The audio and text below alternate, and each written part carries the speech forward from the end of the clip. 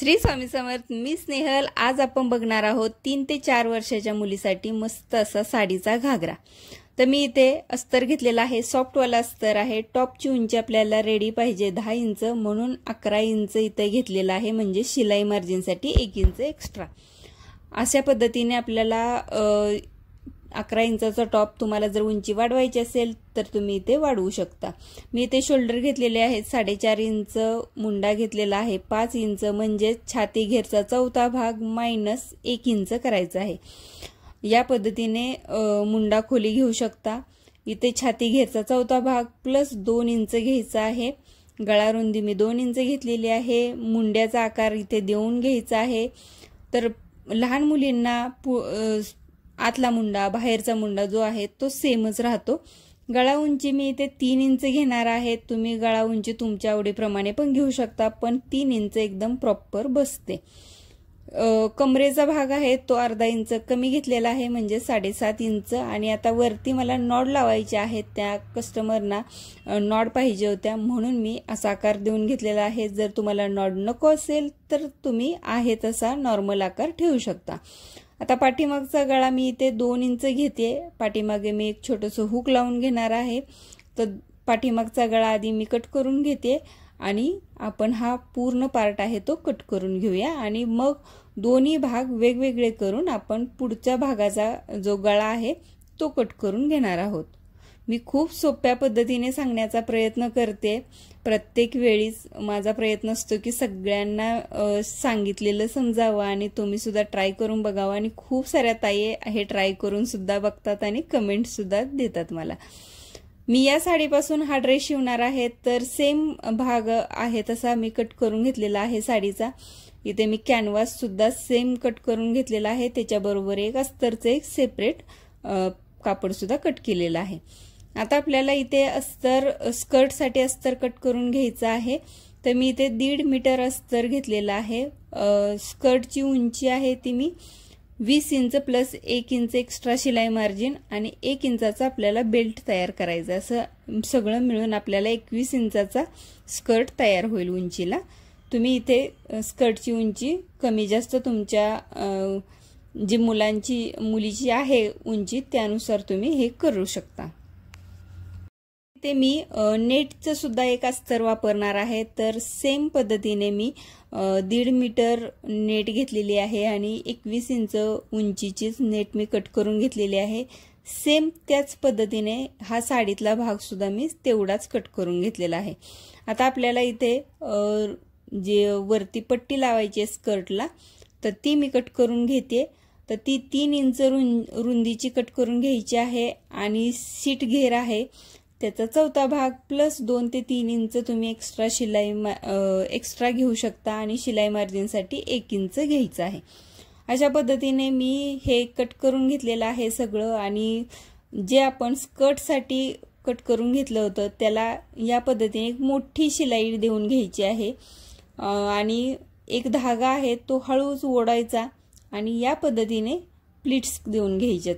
यामुळे काय होतं, नेटचे ड्रेस खूप छान असे फुगले जातात। म्हणजे प्लीट्स जर तुम्ही पाडल्या तर जसं थोडंसं चपटा असा आकार येतो, तर त्यापेक्षा अशा पद्धतीने जर तुम्ही चुन्या पाडल्या तर खूप छान फुगतो हा घागरा आणि लहान मुलींना खूप छान दिसतात। तर मी अस्तरचा सेम तसाच भाग कट करून तयार करून घेतलाय, नेटचा तसाच केलेला आहे आणि या साडीचा सुद्धा तसाच केलेला आहे भाग।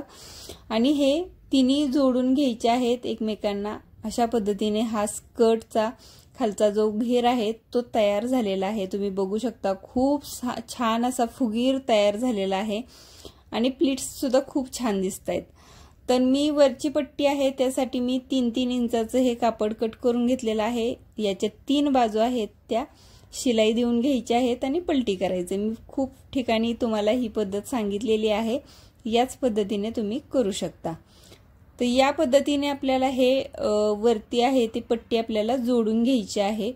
अगदी सिंपल आहे। मी लास्ट टाइमच्या व्हिडिओमध्ये सुद्धा तुम्हाला दाखवलेलं होतं, त्या पद्धतीने लावू शकता किंवा या पद्धतीने सुद्धा लावू शकता।